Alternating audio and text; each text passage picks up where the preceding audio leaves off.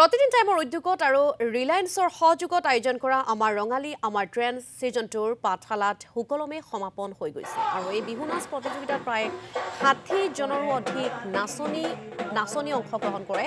প্ৰথম পুৰস্কাৰ লাভ কৰে মনমৌ কলিতা, দ্বিতীয় ঈশা দেৱী আৰু তৃতীয় বিদিশা বৰ্মনে। এই অনুষ্ঠানটি উদ্বোধন কৰে বজালীৰ সমাজ সচেতক ব্যক্তি জগদীশ প্ৰসাদ শৰ্মাই।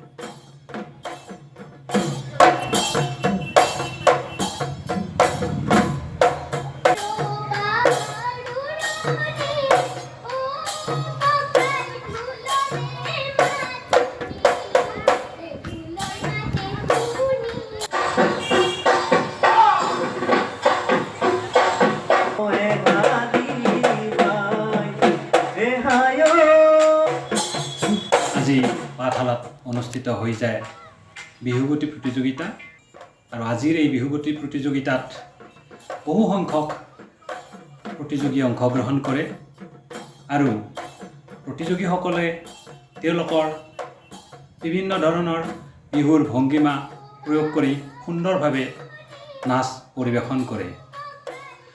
আমিও আজি এই প্ৰতিযোগিতাৰ অংশ হ'বলৈ পাই এক পৰম সুখানুভূতি।